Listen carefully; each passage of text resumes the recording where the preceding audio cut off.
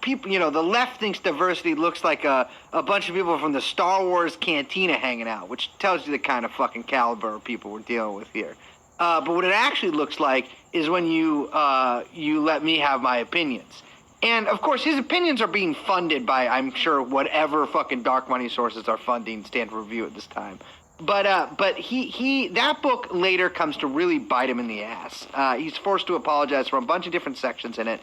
And I believe they dedicate the book, although I might be wrong about this, and it's certainly in the book, to a student who was kicked out of Stanford for standing outside a gay professor's house and yelling, "Die faggot, I hope you die of AIDS." And because he was kicked out, that showed that that Stanford was sort of saying that gay people are more likely to get AIDS, and so it's not a preferable lifestyle to hold. And I mean, so there's that incident that you just described, the can't wait until you die faggot. Yes.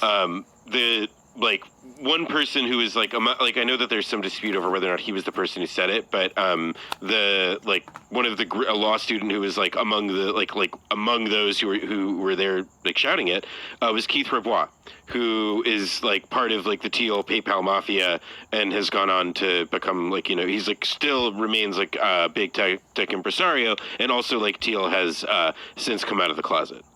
Yeah, and it's funny too. The Stanford Review, I've heard from some of my sources, has always been run by a gay libertarian, 100%. It's one of those we're probably going to talk a lot about in this episode about Teal's kind of network that he has, especially in terms of Stanford and in the technology. But just even at the Stanford Review, everybody who's run it has essentially been, let's say, under Teal's wing and the same sort of same mold essentially, which is a gay libertarian.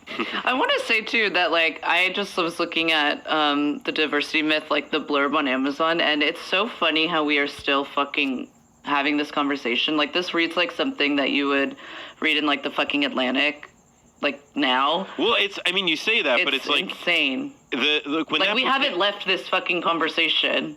When that book came out, think about it, the bell curve is still basically freshly published in the New Republic. I think that there is, Teal is, a lot of this stuff, it was extreme for the time, but it's, again, it's important, I think, to keep connecting it to just, it's part of, the same old, conservative intellectual machine that is reliably tried to disguise itself at different points in as something other than what it straightforwardly is.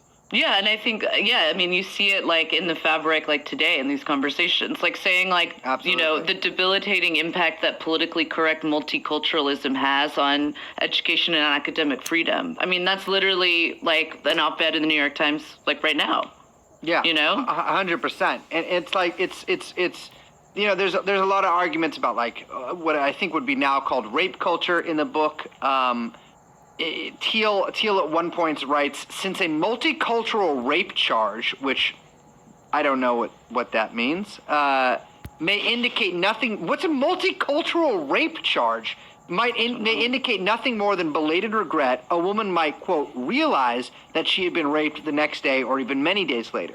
Under these circumstances, it is unclear who should be held responsible. If the alcohol made both of them do it, then why should the woman's consent be obviated any more than the man's? Why is all blame placed on the man? This was a big sort of bugbear for Teal at the time. At one point, I think he's how could a woman be raped if she doesn't have physical marks from it? That's ridiculous. There's no force or whatever.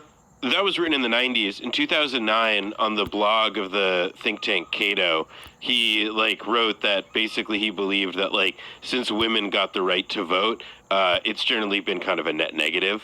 If you really think about it. And so he I don't bring that up just to, I only bring that up to say that he will try to say, well, that was 25 years ago. Are you really going to make such a fuss about it?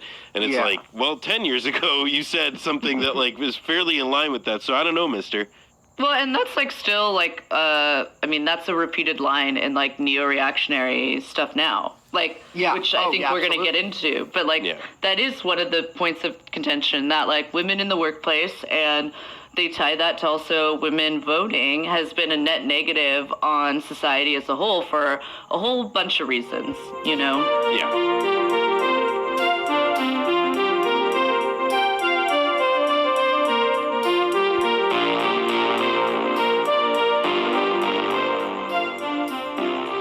So Teal's influence at Stanford isn't only felt in the Stanford Review, which I'm sure, by the way, is very widely read.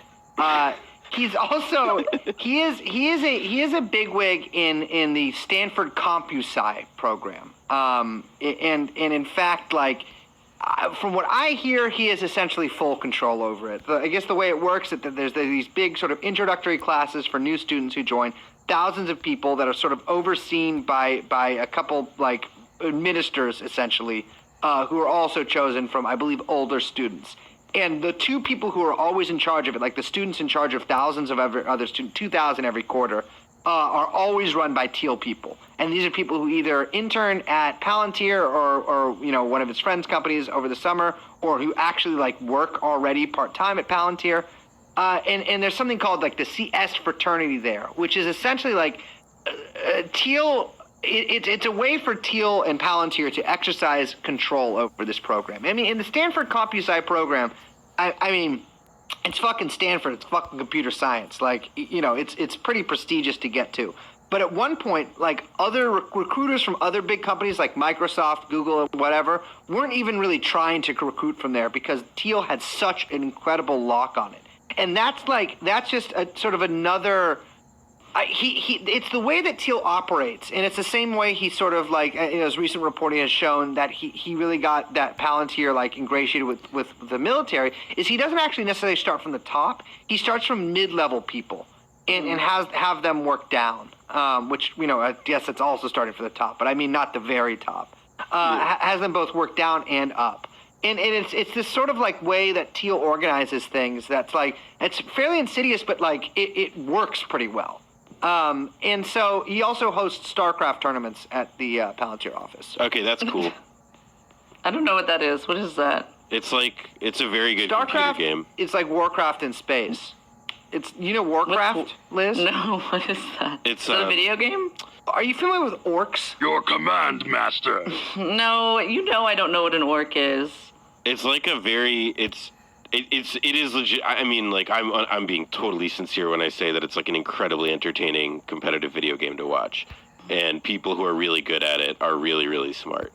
That's all I can say. It's like a Korean thing, right? Yeah, I mean it's huge there. I mean it's faded a bit just because like it's not as popular of a game anymore. But like there was like a kid in my orientation group at college, and he was like a professional StarCraft player, Wow. and now he's like I think he's like a neurologist.